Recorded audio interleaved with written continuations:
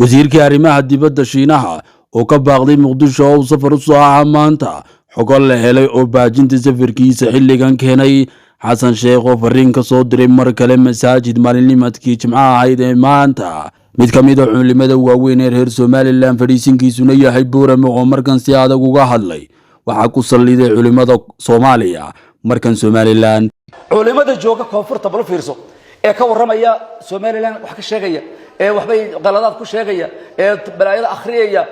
kama waramayaan dhexdooda waxa ka dhacaya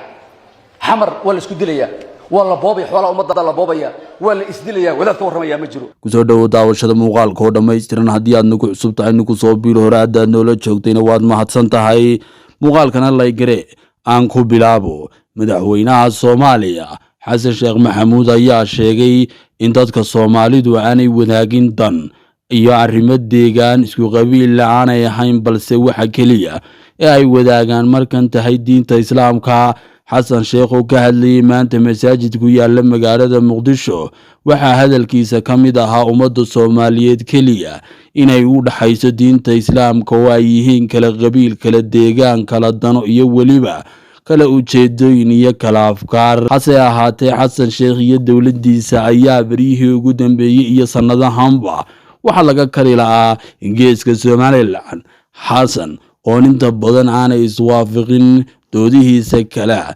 xilliyada iyo hadaladiisa iyo bayaanada uu soo saara xilli isaga lafdigiisa uu ka hadlayay shakhsiyadiisa waxa uu sheegay in duruufuhu gidgidiyaan isaga shakhsi ahaan oo maantana qof yahay birina qof yahay haddana xasan sheekh markan waxa uu si adag ugu nuucsaday in markan haddaba Soomaalida optionkii kaliya ka dhaxeeyay ee ahaa diinta duulaan lagu soo qaaday arrintan ayaa iyadu geeska kale u muuqanaysa xasan inuu dhagar markan diimeed iyo ururo xag jira u soo harkacayo geeska Somaliland isagoo sawir ahaan u muujinaya in jihaad fi sabilillah ama si xaqiiqo jiro deegaankaas waa jamhuuriyadda Somaliland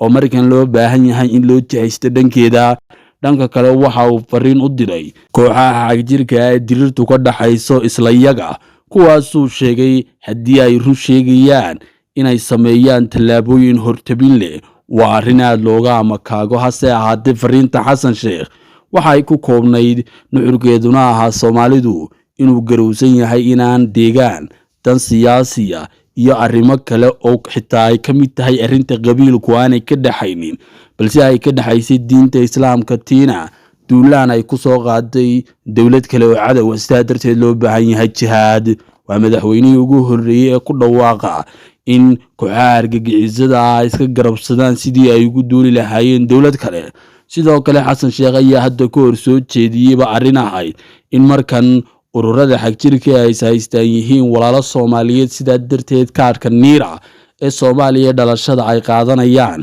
waxay ahayd arrin ka soo yeedhay 27kii bishii 9aad 2025 waxaana ahayd arrin si weyn loola yaabay xilligaas markana Soomaaliya oo maanta marti gelin lahayd soo dhaweynta wasiirka arrimaha dibadda Shiinaha oo ku soo waajahnaa geeskeeda ayaa gabi ahaan baaqday safarkiisa oo la filayay barqo hore maanta bandoona la saaray guud ahaan magaalada Muqdisho iyadoo la xidhay isku socodka gaadiidka iyo dadka tan oo culays ku ahayd bulshada deegaankaas haddana wasiirka arrimaha dibadda dalka Shiinaha ayaa markan helay xog sirdoon oo muujinaysa khatar amni oo xilligan ka taagan Muqdisho iyo suurtagalnimada arrin ah in la qaado tallaabooyin hortabin leh oo u dhaca si aan la malaysan karin oo ay geystaan ururada xag jirka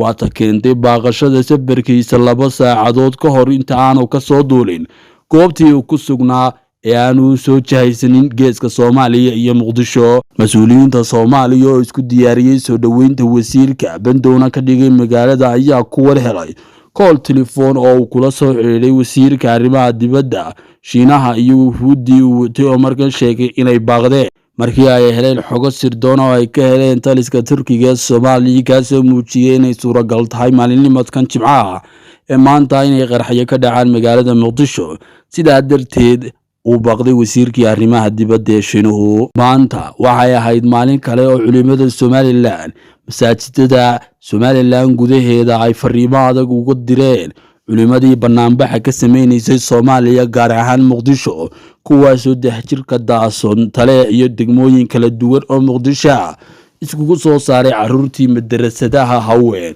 iyo waliba qaybo kala duwan oo markan huwan shaardii meediyo ayaa markan u jawaabay. haddaba waxaanu soo qaadanaynaa Sheekh Saaweer Sheekh Haweyne reer Boorame ee gobolka Awdal ee Somaliland. waxa uu sheekhu sheegay inay tahay wax lala yaabo culimada ka hadlaysa Soomaaliya inaanay marnaba ka hadal xabaalaha la qoday laga dhistay hoteelada meydadka laga soo saaray hogagoodii laga dul dhistay kalaabyada sidoo kale dhaca boobka dilka barakicinta musuqa iyo waliba nasaarada joogto Soomaaliya gudaheeda inaan laga hadal balse Somaliland lagu waashay. sidoo kale Puntland oo ay gees ka istaagtay Soomaaliya markii lagaga baxay duulaanadii iyo dagaaladii ay kula jirtay kooxaha xagjirka ee Daesh markan iyaga laftigooda inaan miisaanka la saarin sidoo kale la eegin waxa ay tabanayaan taa bedelkeeda si lagu waashay geeska Somaliland. waxaanu u dhigneed khudbadii Jimcaha maanta Sheekh Saaweer sidan culimada jooga koonfurta bal fiirso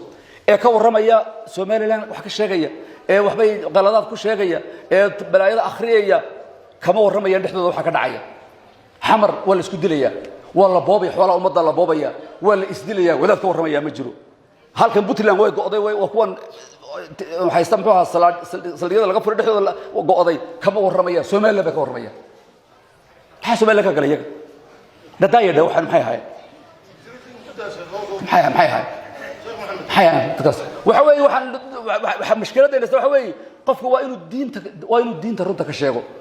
war waa la kala tagay nin walba diintiisa nin walba waa la kala socday. war diinta kuma inaan kala tagayn dad muslimiin ba wanahay laakiin siyaasad baa dadka u geeyay. waa siyaasad wallahi waa siyaasad diinta ma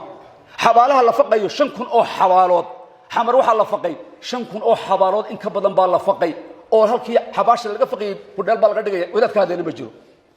gebi way oo fadiyooday hal la faqay yiraahdeen wadaadadoodii inagu miyaan ka hadalay xabaalood xabaalay faqay war iska dayaan xabaalaha maxay naga galbay nagu yiraahdeen. war dadku waxa weeye war culimadiina ku kalsoonaada culimada ka joogta ku kalsoonaada. war wadaad kale inuu talini wadaad anan kitaabkiisa anad haysanin oo ana kan kula joogin oo anan xaaladeena ogeyn yuuna ku talinin maxaa la yiri niman ku rarin niman ku furiyaan ku rarin nin hadda toliyaan ku furiyaan ku rarin wadaadda kala ku wada xidhantii waan ogeyn oo ku wada xidhantii meel ba qalbigiina lagu xidhay islaax اعتصام بانو جرى اعتصام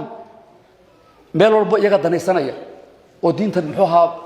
u galaya kolba magac bay la soo baxayaan waa mutala kolba midab la soo baxaya.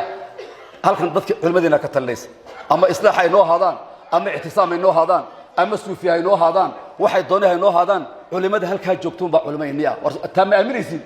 war culimada halka joogta aamina wax kale oo soconaysa ma jiro moogta wax kale oo soconaysa ma jiro. culimadeenan diintayna baray halka joogay diintayna baraya culimadeena marjica kuwaasa inoo culimo ah cid kale oo culimo inoo ma jirto. taasaan inii sheegaya moogta taasaan ku dageynaa ilaahay wadanka inoo barakeeyo wadanka Allah inoo barakeeyo.